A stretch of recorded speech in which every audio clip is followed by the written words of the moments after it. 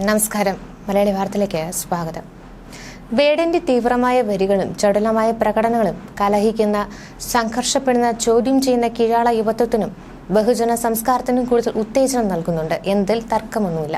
Bob മാർലിയുടെ നീളൻ മുടിയും താടിയും ചുരുട്ടും മറ്റും എങ്ങനെയാണോ ആഗോളതലത്തിൽ പ്രതിരോധങ്ങളുടെ രാഷ്ട്രീയ ചിഹ്നങ്ങളായി മാറിയത്, സമാനമായി കേരളീയ പശ്ചാത്തലത്തിൽ ഇരുണ്ടു മെലിഞ്ഞ ശരീരവും കറുത്ത വസ്ത്രങ്ങളും ചിലപ്പോൾ മേൽവസ്ത്രം ഇല്ലാതെയുമുള്ള സദാചാര സങ്കല്പങ്ങളെയും പൊതുബോധത്തെയും വെല്ലുവിളിച്ചുകൊണ്ട് റാപ്പിലൂടെ കീഴാളതയുടെ യുവത്വത്തിന്റെ ബിംബമായി വേടൻ മാറിക്കഴിഞ്ഞിട്ടുണ്ട്.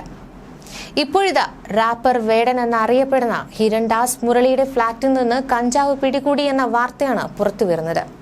കൊച്ചിയിലെ ഫ്ളാറ്റിൽ നടത്തിയ പരിശോധനയിലാണ് 7 ഗ്രാം കഞ്ചാവ് പിടികൂടിയത്. വേടന്റെ അറസ്റ്റ് ഉടൻ രേഖപ്പെടുത്തുമെന്നാണ് റിപ്പോർട്ട്. ഫ്ളാറ്റിൽ ലഹരി ഉപയോഗിക്കുന്നുണ്ടെന്ന വിവരത്തിന്റെ അടിസ്ഥാനത്തിൽ രാവിലെ 10 മണിയോടെയാണ് പോലീസ് എത്തിയത്. തുടർന്ന് നടത്തിയ പരിശോധനയിലാണ് കഞ്ചാവ് കണ്ടെത്തിയത്. പരിശോധന നടക്കുമ്പോൾ വേടൻ ഫ്ളാറ്റിലുണ്ടായിരുന്നുവെന്നാണ് വിവരം. 9 പേരടങ്ങുന്ന സംഘമായിരുന്നു അവിടെ ഉണ്ടായിരുന്നത്. വോയിസ് ഓഫ് വോയിസസ് എന്ന ഒറ്റ മലയാളം റാപ്പിലൂടെ ശ്രദ്ധേയനായ റാപ്പറാണ് വേടൻ. പിന്നീട് ഒട്ടനവധി ഗാനങ്ങൾ മലയാള സിനിമയ്ക്ക് സമ്മാനിച്ച വേടന് ആരാധകർ ഏറെയാണ്. താരത്തിന്റെ ഷോകൾക്ക് ലഭിക്കുന്ന വൻ സ്വീകാര്യത തന്നെ അതിന് തെളിവാണ്. അടുത്തിടെയായി ലഹരി ഉപയോഗ കേസുകളും അതിക്രമങ്ങളും വർദ്ധിക്കുന്നതിനിടെ വേടൻ ഒരു പ്രോഗ്രാം വേദിയിൽ ചില കാര്യങ്ങളൊക്കെ പറഞ്ഞിരുന്നു. ആരും സിന്തറ്റിക് ഡ്രഗ് ഉപയോഗിക്കരുതെന്നും അത് ചെകുത്താനാണെന്നും വേടൻ പറഞ്ഞു. നിരവധി മാതാപിതാക്കൾ തന്റെ അടുത്ത് വന്ന് മക്കളെ പറഞ്ഞ് മനസ്സിലാക്കണമെന്ന് പറഞ്ഞ് കരയുന്നുവെന്നും വേടൻ പറയുന്നു. നിങ്ങളുടെ ചേട്ടന്റെ സ്ഥാനത്തു നിന്നാണ് ഇങ്ങനെ സംസാരിക്കുന്നതെന്നും വേടൻ പറയുന്നുണ്ട്. ഇതിന്റെ വീഡിയോ ഒക്കെ യൂട്യൂബിൽ ശ്രദ്ധ നേടിയിരുന്നു. മക്കളെ സിന്തറ്റിക് ഡ്രഗ് അടിക്കുന്ന 10 പേരിൽ 2 പേർ മരിച്ചു പോകും. അത് ചെകുത്താനാണ്, ഒഴിവാക്കണം.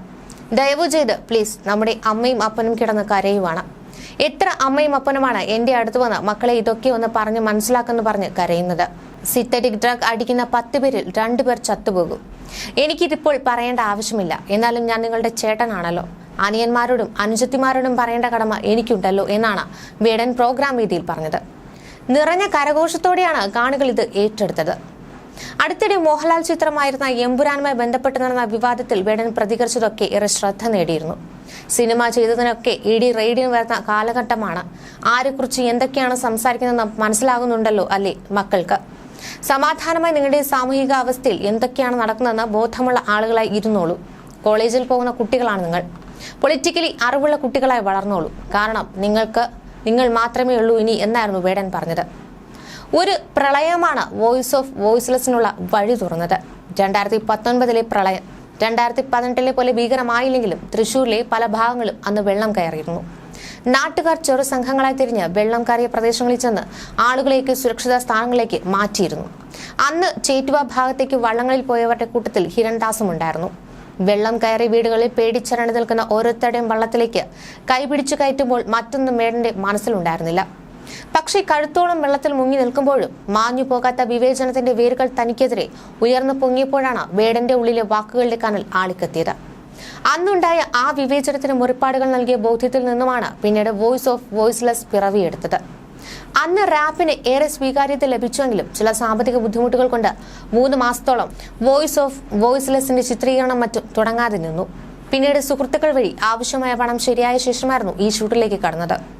പാട്ടിൽ പറയുന്ന കാര്യങ്ങൾ നടക്കുന്ന ആ വിവേചനം നേരിടുന്നവർ തന്നെ വീഡിയോയിൽ വരണമെന്നും അവർക്കിടയിൽ നിന്ന് തന്നെ ഈ പാട്ട് അവതരിപ്പിക്കണമെന്ന നിർബന്ധമുണ്ടായിരുന്നു ഹിരൺദാസിനെന്ന്.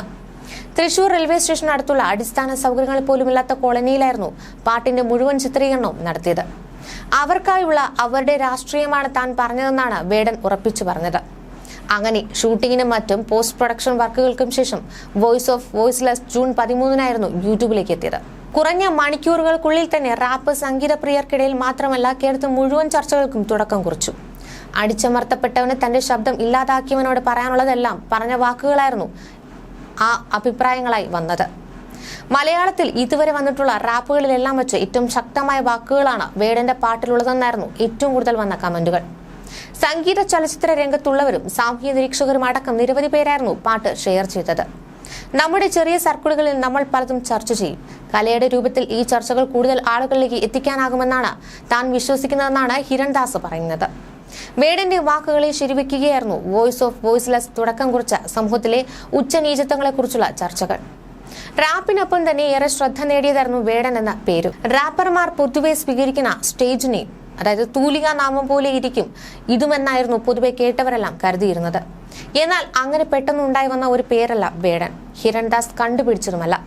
വേടൻ വന്നതിന് പിന്നിൽ ചില കഥകളൊക്കെ ഉണ്ടായിരുന്നു. ചെറുപ്പത്തിൽ നല്ലൊരു കുറുമ്പനായ ഹിരൺദാസിന് നാട്ടുകാരും കൂട്ടുകാരും ഒക്കെ ചാർത്തിക്കൊടുത്ത പേരായിരുന്നു വേടൻ. വീടിനടുത്തും കൂട്ടുകാർക്കിടയിലും എന്നും അന്നു മുതൽ ഹിരൺദാസ് എന്നൊരു വിളിയേയില്ല. ചെറുപ്പത്തിലെ മീൻപിടുത്തത്തിലും സ്ലിംഗ് ഷോട്ട് എറിയുന്നതിലുമൊക്കെ കേമനായിരുന്നു ഹിരൺദാസ്. അങ്ങനെ കൂടി വന്ന പേരാണ് വേടൻ. കൂട്ടുകാർക്കിടയിൽ തുടങ്ങിയ വിളി പിന്നെ സ്കൂളിലുമെത്തി. പിന്നെ ഹിരണെന്നോ ഹിരൺദാസ് എന്നോ എന്നതിനേക്കാൾ വേടനെന്ന് മാത്രമായി വിളി. ആദ്യമൊക്കെ ശല്യമായി തോന്നിയിരുന്നുവെങ്കിലും പിന്നെ ഈ പേരിനോടായിരുന്നു ഇഷ്ടമെന്ന് പറയുന്നു. ഈ ഇഷ്ടം കേട്ട് പഴകിയതുകൊണ്ട് മാത്രം ഉണ്ടായി വന്നതല്ല. മനുഷ്യന്റെ അസ്തിത്വത്തെക്കുറിച്ചുള്ള ഹിരൺദാസിന്റെ ബോധ്യം കൂടിയുണ്ട് ഇതിന് പിന്നിൽ. മനുഷ്യൻ എന്നാൽ വേട്ടയാടലിനും വേട്ടപ്പെട്ടവനും ജീവിക്കുന്നവനാണ്. അതുകൊണ്ടാണ് വേടൻ എന്ന പേര് തന്നെ മതി എന്നിലെ കലാകാരനെന്ന് തീരുമാനിച്ചതെന്നാണ് വേടൻ പ്രതികരിച്ചിരുന്നത്. സാമൂഹിക പിന്നോക്കാവസ്ഥയ്ക്ക് കാരണമാകുന്ന ആധിപത്യ സാമൂഹിക ഘടനകളെ നിശിതമായ വിമർശനങ്ങൾക്ക് വിധേയമാക്കുകയാണ് റാപ്പുകളിലൂടെ വേടൻ ചെയ്യുന്നത്. പഠനത്തിന് ശേഷം സിനിമാ മോഹവുമായി തിരുവനന്തപുരത്തെത്തിയ കാലത്താണ് ഹിരൺദാസ് വിവിധ സംഗീത ശാഖകളെ പരിചയപ്പെടുന്നത്. എഡിറ്റർ ബി അജിത് കുമാറിന്റെ സ്റ്റുഡിയോ ബോയ് ആയി ജോലി ചെയ്തിരുന്ന കാലത്താണ് മലയാളിക്ക് അത്ര പരിചിതമല്ലാത്ത റാപ്പുകൾ കേൾക്കാൻ തുടങ്ങുന്നത്.